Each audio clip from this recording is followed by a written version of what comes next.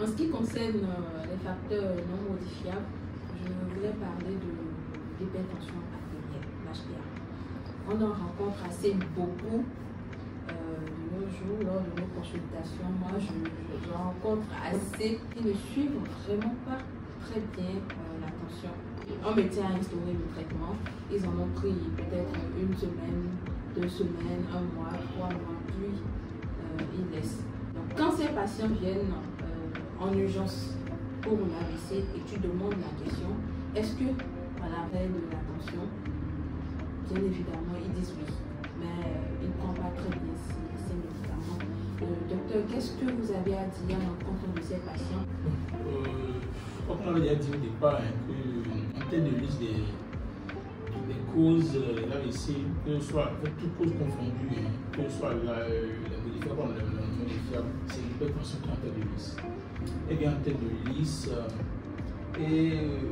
l'hypertension artérielle, c'est un sujet tabou, un vrai sujet tabou.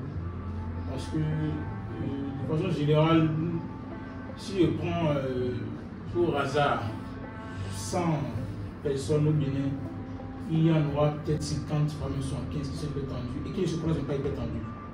Parce que le vraiment systématique qui va se lever, qui se lève, vraiment systématique, et va à l'hôpital dit je vais contrôler ma tension. Tant que je n'ai pas de bruit, tant que je n'ai pas une fièvre, tant que je n'ai pas un truc spécifique, je ne dois pas aller à l'hôpital pour dire je veux, voici, je fais ça. Seuls ceux qui sont connus hypertendus, qui savent qu'ils sont hypertendus, qui sont sous traitement, qui sont observants, mais ceux qui sont hypertendus et qui par moment ratent les médicaments, mais qui ne prennent pas les médicaments, que je dis bon, je vais comment aller voir, je vais à l'hôpital pour voir ma tension, est-ce qu'elle est normale, combien de gens sont les mêmes hypertendus et ont des tensiomètres chez eux à la maison. C'est ça le problème en fait. C'est là où il faut commencer par travailler, c'est là où il faut commencer par sensibiliser les gens par rapport à ça. Tu es hypertendu, tu te connais hypertendu, tu as un traitement que tu suis. Le traitement que quand on te met, dès lors que le médecin te met le traitement, le médecin te met le traitement, il te dit que l'hypertension, dès qu'il te dit que tu es hypertendu, l'hypertension ne se guérit pas. Il faut que les gens se mettent ça dans la tête. On ne guérit pas de l'hypertension. C'est pourquoi quand on met le traitement, quand on guérissait, si on guérissait de l'hypertension, c'est qu'on n'a pas dit à un patient que le traitement est à vie. Et quand on dit que le traitement est à vie, ça veut dire qu'on ne peut pas vous guérir de ce dont vous souffrez, d'accord. Il faut que les gens gardent dans leur tête que l'hypertension ne se guérit pas. Il n'y a pas un fruit, il n'y a pas un remède magique qui guérit l'hypertension. Les Européens et les Occidentaux n'en ont pas encore trouvé.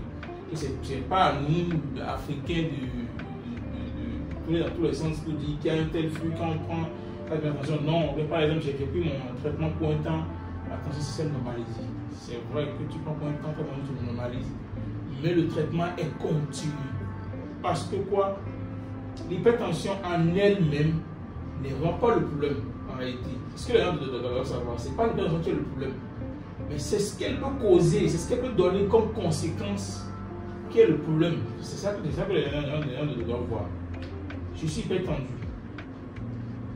Je peux faire un AVC tranquillement. C'est ce dont on parle aujourd'hui. Je suis hypertendu. Je peux faire une embolie pulmonaire. C'est une autre cause de l'hypertension. Pour les causes de cela. Donc, quand on est hypertendu, on se doit d'aller chez son cardiologue de façon régulière et de faire sûr pour une bonne gestion de sa tension. On peut commencer un jour avec un médicament. Peut-être que il y a des trucs qui font que les gens ont peut-être peur d'aller chez les cardiologues. Oui, on met un médicament que je prends tous les jours. Oui, c'est un traitement coûteux, je n'ai pas le temps de le faire. Non. Il y a des antihypertenseurs de nos jours qui sont moins chers, qui sont même à 100 francs, 150 francs la plaquette. J'en connais qui sont moins chers et qui sont très très efficaces. Avant, on disait que c'était la maladie des riches, c'est ceux qui sont riches qui sont hypertendus. Mais aujourd'hui, que tu sois pauvre, que tu sois riche, la maladie ne connaît pas le statut financier. Pas du tout. Le statut social, pas du tout. Voilà. C'est que ça prend tout le monde, ça prend en compte tout le monde.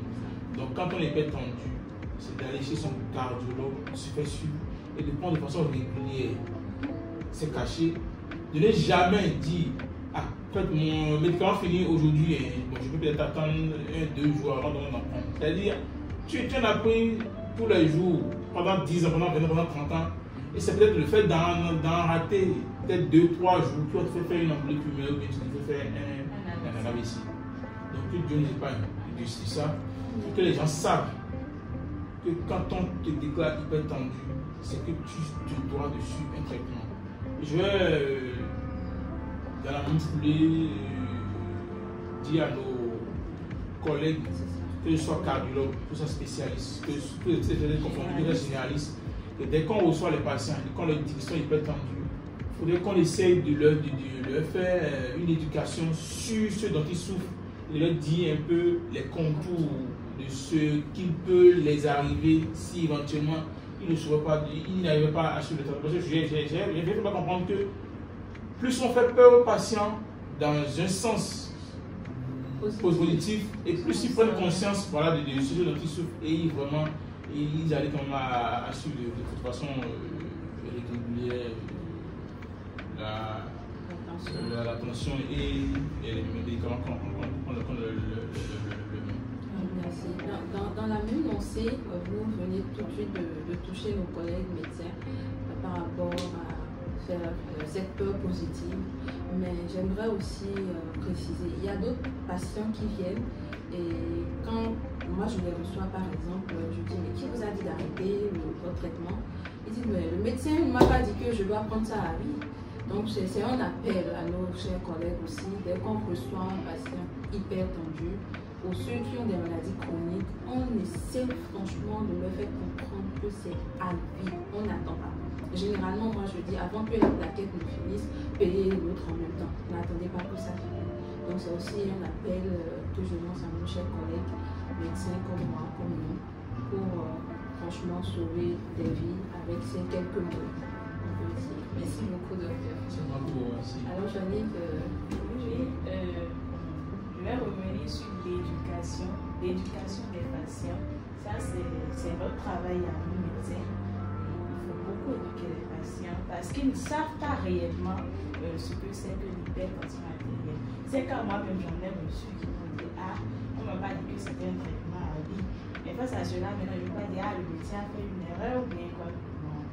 Donc, chers collègues, éduquer les patients, dites-leur réellement ce que c'est que l'hypertension, quels sont les risques qu'ils encourent et surtout du côté du traitement, comment préciser ou précisons que c'est un traitement à vie. Le docteur l'a dit tout à l'heure, on ne guérit pas de l'hypertension artérielle, pardon, et il y a des médicaments contre l'hypertension qui coûtent 200 francs. Donc, l'hypertension n'est pas une maladie des riches. L'hypertension n'est pas une maladie des riches. Avec 200 francs, vous pouvez suivre un traitement de 10 jours. Mais la plaquette, il y a 10 comprimés dedans. Avec 200, 250, vous avez un traitement de 10 jours. On prend la bière Charles-Loup, la bière à 500 et quelques. Donc, on peut essayer de diviser, quand même de payer dedans. Et aussi, le docteur a parlé quelque chose qui me rappelle un patient que j'ai reçu également. Il a dit tout à l'heure qu'il n'y a pas de fruits ou bien quoi que ce soit qui guérisse l'hypertension artérielle. Pour cela, je vous parle d'un patient que c'est moi-même qui ai fait l'expérience. Je l'ai reçu, il était là pour HTA, grade 2 et tout. Donc, c'est même pas l'HTA qui l'a amené, il est venu pour autre chose et c'est là on a vu que la tension était élevée. Donc, dans l'interrogatoire, on a demandé, mais monsieur, est-ce que vous connaissez l'hypertendu? Il a dit oui. Et vous prenez les médicaments, il me dit non, qu'il y a longtemps que lui il a arrêté cela. Je dis, mais pourquoi monsieur? Il me dit non, que lui c'est le noni, il prend maintenant. En passant, le noni c'est un fruit et c'est ça qui est en vogue au Bénin maintenant. Apparemment, le noni guérit tout. C'est un fruit miracle. Et que lui prend le noni et que les gens ont dit que le noni traite l'hypertension artérielle, que lui n'a plus besoin de payer des médicaments. et sa tension était à combien?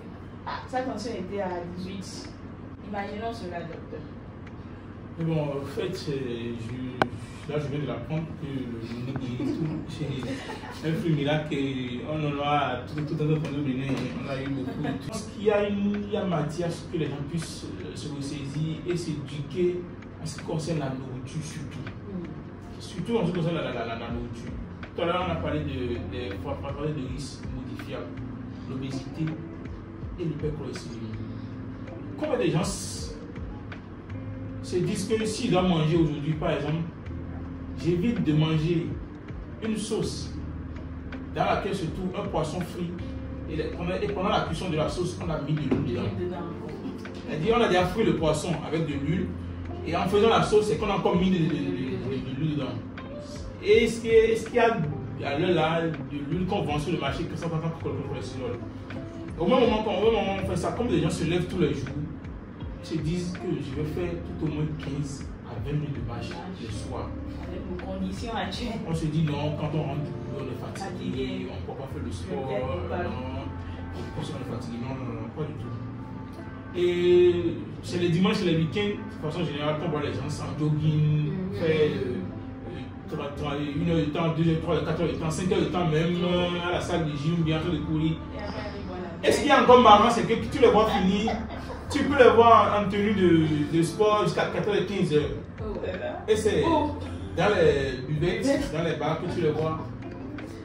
Et la goutte d'eau encore qui fait déborder le vase, et la cerise sur le gâteau, c'est qu'après ça, à 17h-16h, bon, c'est le week-end, c'est l'heure de jouissance. Il faut aller en week-end encore sur les cérémonies de mariage, de baptême. Je pense qu'il y a quand même beaucoup de choses, l'éducation, si on dit à par exemple, de choisir entre ne pas se brosser tous les matins, comme on a l'habitude de le faire, du lundi jusqu'au dimanche, ou ne pas se brosser tous les matins et se brosser 20 fois entre le samedi et le dimanche. Je pense que nous sommes tous d'accord. Quand on a cette besoin de se brosser du lundi jusqu'au dimanche, ça va prendre juste 2 minutes. C'est vraiment la même chose. Faire le sport 3 fois dans la semaine, pas tous les jours. Je prends le lundi, le mercredi et le vendredi, mais le jeudi, mais le mardi, le jeudi, le samedi. Où je fais 15 minutes de marche aller, 15 minutes de marche retour. Que d'aller faire 5 heures de temps à la salle de gym, ou 5 heures de footing, de long footing le dimanche. Je ne trouve pas l'intérêt au fait. C'est pas pour dénigrer de général ceux qui font le sport le week-end. Hein. S'ils ont une bonne alimentation, une bonne hygiène de vie en semaine, ça c'est bon. On n'a pas le temps de semaine pour faire le sport. S'il faut faire le dimanche, le samedi et ne pas aller dans les lieux finir dans les buvettes, aller aux cérémonies et en consommer peut-être moins l'alcool, je ne veux pas de l'alcool. Je pense qu'il est toujours mieux de faire des activités sportives, des activités physiques dans la semaine pour quand même garder une ligne de santé qui est beaucoup meilleure, qui va nous éviter de permettre un bon entretien de certaines maladies qui pourraient à la longue être source de les ABC. Nous atterrissons sur notre thème.